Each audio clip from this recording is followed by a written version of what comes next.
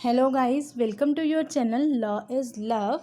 Hope you all are fine. जो हमारा आज का टॉपिक है वो बहुत बेसिक सा है बट स्टिल यहाँ पे लोगों को बहुत कन्फ्यूजन रहती है। तो टॉपिक है एक्ट और कोड में क्या डिफरेंस है।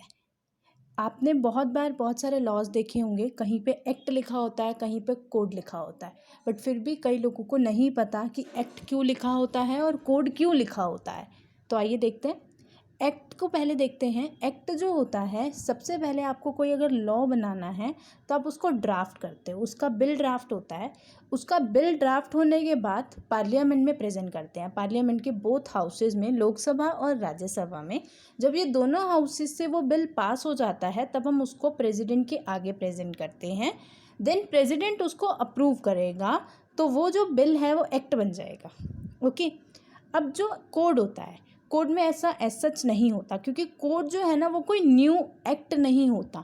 वो होता है वेरियस जो एग्जिस्टिंग लॉज हैं आपके, उसकी एक न्यू फॉर्म होती है। यू कैन से कि ऑलरेडी जो लॉ ऑलरेडी पास हो चुके हैं, आपको उसको पास नहीं कराना, उसको कलेक्ट करके सिंगल लॉ में कन्वर्ट करना है। फाइन।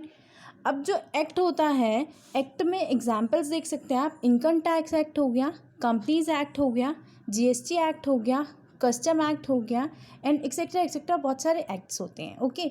ऐसे ही अगर आप कोड में एग्जांपल देखें तो कोड में हो गया आपका सबसे न्यू जो आया है लेबर कोड हो गया, क्रिमिनल प्रोसीजर कोड हो गया, कोड ऑफ सिविल प्रोसीजर हो गया, इंडियन पीनल कोड हो गया, insolvency and bankruptcy code. Okay, etcetera etcetera और भी बहुत है। ठीक है।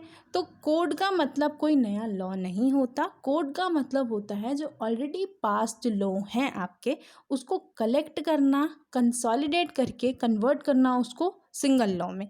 ठीक है। इसी को कहते हैं कोडिंग, कोडिफिकेशन। ओके।